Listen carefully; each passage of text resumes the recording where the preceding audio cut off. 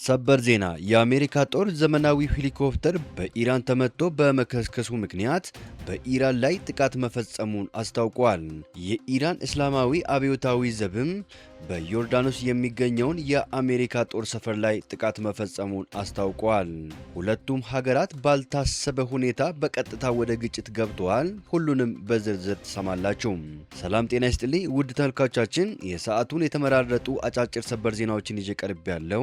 አብራችሁን ቆዩም። በቀጣይ ፈጣንና እውነተኛ ሰበር መረጃዎችን በፍጥነት ለመከታተል ቻናሉን ሰብስክራይብ በማድረግ የደወል ምልክቷን በመጫን አሁኑኑ ቤተሰብ ይሁኑ።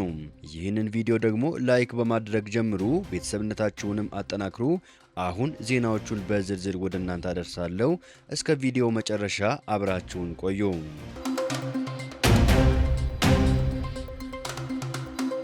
በቅድሚያ የአሜሪካ ጦር በዘመናዊ ሄሊኮፕተር መውረድ ምክንያት በኢራን ላይ ጥቃት መፈጸሙን አስታወቀ። ፕሬዝዳንት ዶናልድ ጄ ትራምፕ ኢራንን በሆርሙዝ የባህር ወሽመጥ ላይ የአሜሪካን ሄሊኮፕተር በመጣል ከከሰሱ በኋላ አሜሪካ በኢራን ላይ ጥቃት ሰንዝራለች። የአሜሪካ ጦር ማዕከላዊ እዝ እንዳስታወቀው የአሜሪካ ኃይሎች ለሄሊኮፕተሯ መውረድ ምላሽ ለመስጠት ማክሰኞ ዕለት ከሰዓት 11 ሰዓት ላይ ጥቃቱን ጀምረዋል። ማዕከላዊ እዙ ባወጣው መግለጫ ተልዕኮው ያለ አንዳች ምክንያት ለተሰነዘረው የኢራን ትንኮሳ የተመጣጠነ ምላሽ ነው ብለዋል። በፋርስ ባህረ ሰላጤና በሆርሙዝ የባህር ወሽመጥ ጠረፎች ላይ ፍንዳታዎች መከሰታቸው ተዘግበዋል።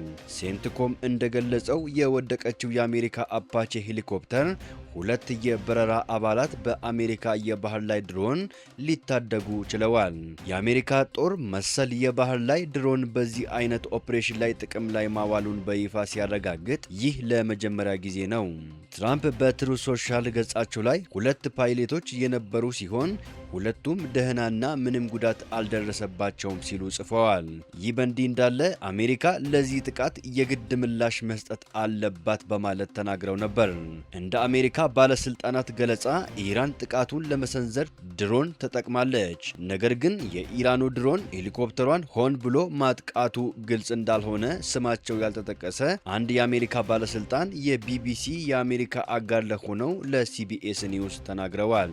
ከፊል መንግስታዊ የምህር የዜና ወኪል እንደዘገበው ኢራን የወደቀችውን ሄሊኮፕተር ኃላፊነት እንደማትወስድ በመግለጽ የኢራን መገናኛ ብዙሃን ስለ ሁኔታው እውቅና የሰጡ መስለዋል። ጥቃቱ ከተፈጸመ ከሰዓታት በኋላ ማዕከላዊ እዝ አሜሪካ በኢራን ላይ እንደ ምላሽ ጥቃት መፈጸሟን አስታውቋል።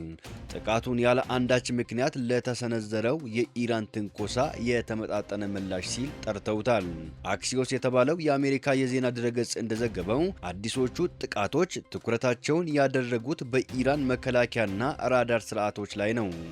የኢራን መንግስት መገናኛ ብዙሃን በፋርስ ባህረ ሰላጤ ጠረፍ ባንደር አባስ፣ ቀሺምና ሴሪካን ጨምሮ ፍንዳታዎች መሰማታቸው ተዘግበዋል። ትራምፕ ከኤቢሲ ኒውስ ጋር ባደረጉት የስልክ ቃለ ምልልስ ለአዲሶቹ የአሜሪካ ጥቃት ኢራንን ተጠያቂ አድርገዋል።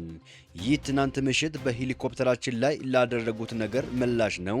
ምላሹም በጣም ጠንካራና ኃይለኛ መሆን አለበት ብዬ አምናለሁ። ይህኛው ጥቃትም ያንን ያሳያል ብለዋል። ዋሽንግተን ውስጥ የአሜሪካ የተወካዮች ምክር ቤት አፈ ጉባኤ ማይክ ጆንሰን ትራምፕ በኢራን ላይ የአሜሪካ ጥቃት እንዲቀጥል ሲወስኑ አብረዋቸው በክፍሉ ውስጥ እንደነበሩ ተናግረዋል። ይህ አስፈላጊ በመሆኑ እናዝናለን ያሉት በኮንግረስ ውስጥ ከፍተኛው ሪፐብሊካን አክለውም ይህንን ጉዳይ ማስተካከል ይኖርብናል ብለዋል። የኢራን የውጭ ጉዳይ ሚኒስቴር ከጥቃቱ በኋላ ለአሜሪካ ማስጠንቀቂያ የሰጡ ሲሆን ሀገሪቱ ማንኛውንም ጥቃት ወይንም ዛቻ ያለ ምላሽ አትተውም ብለዋል።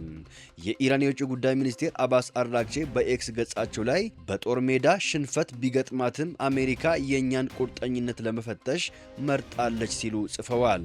አክለውም ደህንነታችሁ እንዲጠበቅ ከፈለጋችሁ ክልላችንን ለቃችሁ ውጡ ብለዋል።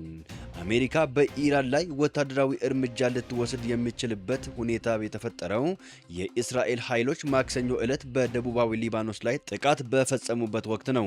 ኢራን የእስራኤል ጥቃት በደቡብ ሊባኖስ ላይ ከተፈጸመ ሌላ የአጸፋ ጥቃት ማዕበል እንደሚቀሰቀስ አስጠንቅቃ ነበር። አራግቺ ማክሰኞ ዕለት እንደተናገሩት በኢራን ግዛት አቅራቢያ ያሉ የውጭ ኃይሎች በገዛ ራሳቸው ሰብአዊ ስህተት ግልጽ አደጋዎች ምናልባትም በተኩስ ልውውጥ ውስጥ በመገኘታቸው ምክንያት የማያቋርጥ አደጋ ላይ ናቸው ብለው ነበር። የኢራኑ መሪ በኤክስ ላይ በሰፈረው መልእክት አደጋውን ለመቀነስ የተሻለው መፍትሄ የውጭ ኃይሎች ለቆ መውጣት ነው ብለዋል። ማክሰኞ ዕለት ትራምፕ በወደቀችው አሜሪካዊቷ አፓቼ ሄሊኮፕተር ላይ አስተያየት ከመስጠታቸው ከጥቂት ደቂቃዎች በፊት ከዋሽንግተን ጋር በሚደረገው የሰላም ንግግር የኢራን ዋና ተደራዳሪ የሆኑት ሞሐመድ ባጋር ጋሊባፍ የአጸፋ እርምጃ ለመውሰድ በማህበራዊ ሚዲያ ላይ ፍንጭ ሰጥተዋል።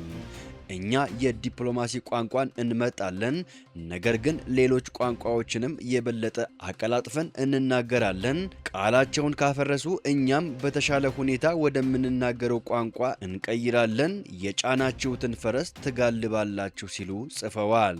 በሌላ በኩል የኢራን አብዮታዊ ጥበቃ ኃይል በዮርዳኖስ የሚገኘውን የአሜሪካ ጦር ሰፈር ላይ ጥቃት መፈጸሙን አስታውቋል።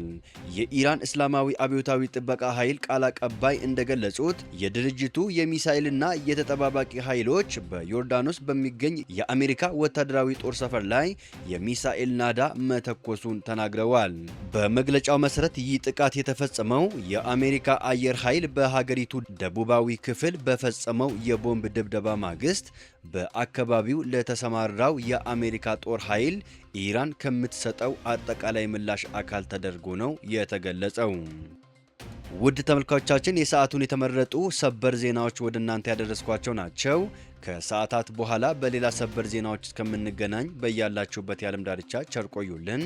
ሰላም ለዓለማችን ይሁን።